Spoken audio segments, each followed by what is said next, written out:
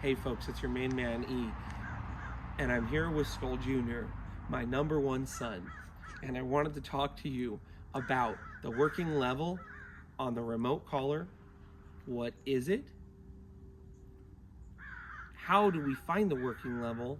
And what are some tips and tricks to set us up and our dog up for success when it comes to finding the working level and working with the dog at the working level on the remote collar? There's a lot of ways to talk about the working level. One of the best ways, I think, for us to conceptualize the working level is it's similar to if somebody were to tap me on the shoulder and ask for me to do them a favor. If I was standing here right now and somebody walked up and they tapped me on the shoulder, I would just turn like this and say, oh, hey, yeah, what's going on? Do you need something? Oh, you need help? Okay, no problem. I'll be right there. If I were to get tapped on the shoulder right now, you wouldn't see me like turn around startled. You also wouldn't see me continue to talk on this video like I am right now if somebody was tapping me on the shoulder. And so think about the working level as though you were going to tap someone on the shoulder and think about what would be the appropriate level necessary to get their attention. Now, if we were in a bar right now or a music venue and it was really loud, I might need a stronger tap on my shoulder to get my attention because there's so much stuff going on. If I was in the library and somebody came up and tapped me on the shoulder with the same amount of pressure that they tapped me on the shoulder right here, it might startle me because things are so calm and so quiet in the library. So depending on the environment that our dog is in, that is going to affect the working level. And we may need to change the working level as time goes on and as the environment changes, if we're going to ensure that we are truly operating with the dog at the proper working level that is not so strong that it startles them or it overwhelms them, but it's also not so low that they truly cannot feel it because they are distracted. Okay? One tip that is really helpful to find the working level on your dog is to make sure that there is contact between the contact points and the remote collar.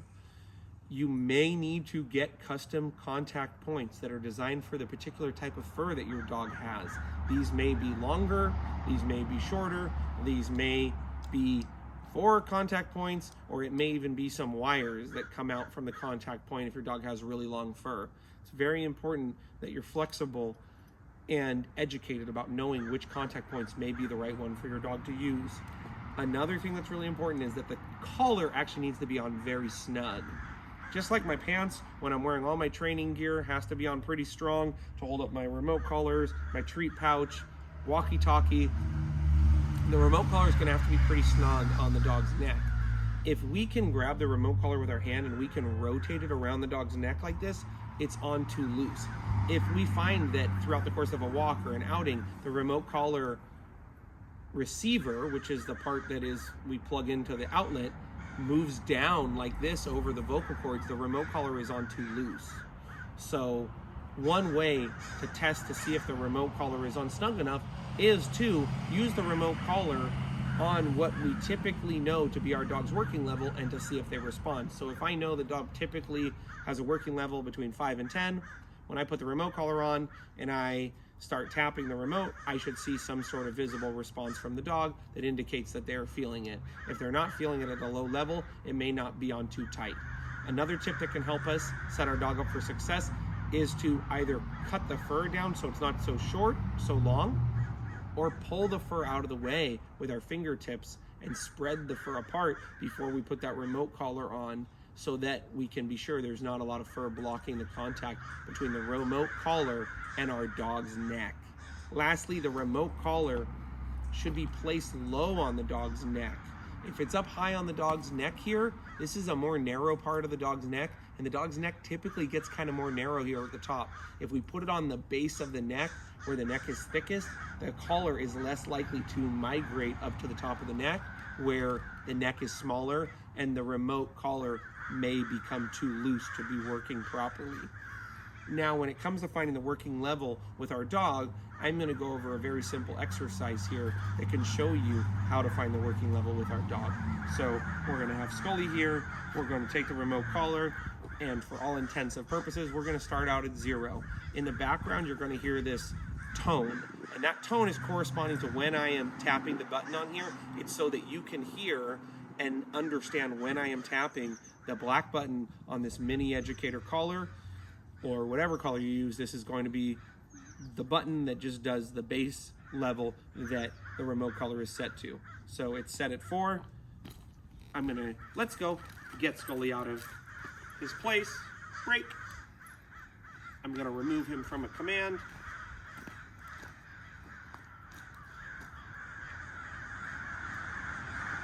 Here, I'm gonna start tapping the remote collar.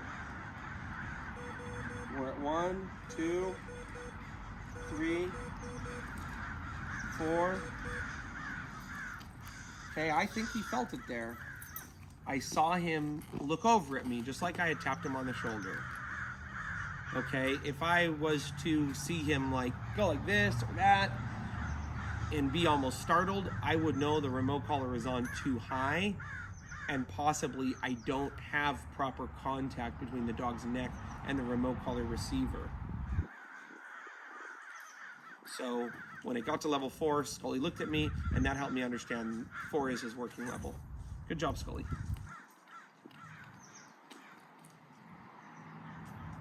Let's go. Good.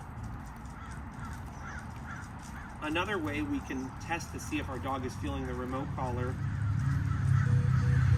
after they're trained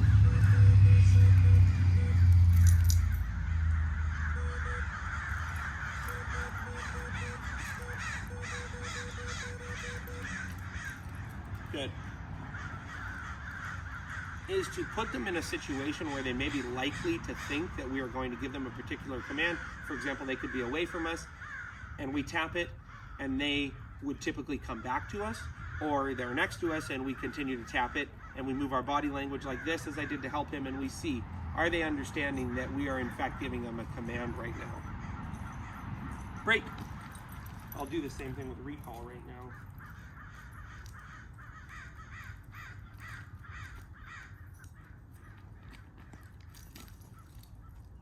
He didn't see where this piece of food went, so I gotta find it for him. Here you go. There you go, Scully.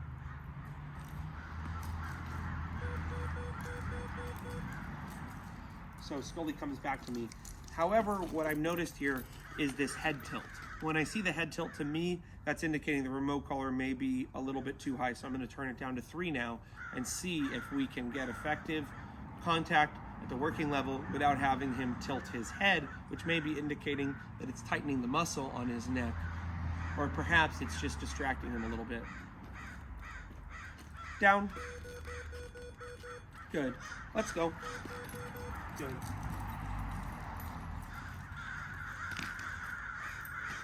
Down. Oh, nice. Down. Good boy. So this is what it should look like when I'm using the remote on a working level. The dog is looking attentive, they're looking engaged, they are not looking stressed, and they're not showing any physical signs that the sensation of the remote collar is distracting them from trying to do the command that I'm asking them to do. Good boy. Let's go. Let's go. And you can see Scully's working level. Let's go. Good boy. He's kind of right around 3, right around 4. And this can happen where you'll find that the lower level, working level may not be enough to motivate him, and a little bit higher level could be a little bit too much. Down. Good. So one thing I may do is just tap the remote collar or hold the remote collar for less amounts of times in terms of tapping, or a less long period of time for holding it. Let's go. Let's go. Down. Good. And I'm going to go back down to 3 because I'm seeing his head tilt here. Good boy. Let's go. Good boy. Down. Good boy. Let's go.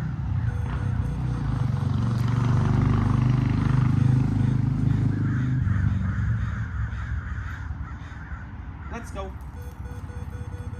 Good. Down. Good. Place. Good.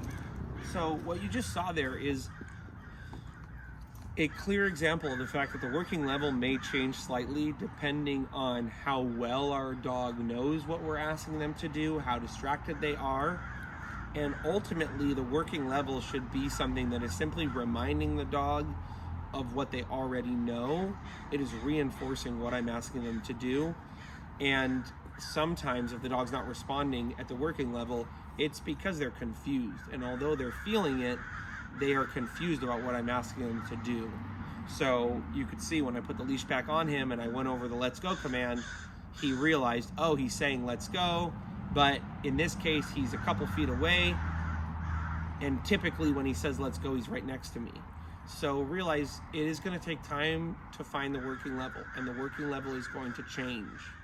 And depending on how your dog's responding, you may need to turn the remote up a little bit, and you may need to turn the remote down a little bit. But it's really important that you take your time during this process to find the working level, to make sure that the remote is set up properly so the dog can feel it at the working level, and then to practice with the remote on a working level with a leash, with a treat pouch, with clear body language and clear communication at a level that your dog can succeed at, so that you're not tempted to turn the remote collar up, or your dog is confused by the remote collar and what exactly it means, and perhaps displays stress signals that are not necessary. So that's all, folks, just a video about finding the working level. I hope you found it helpful, and remember, we don't blame them, we train them.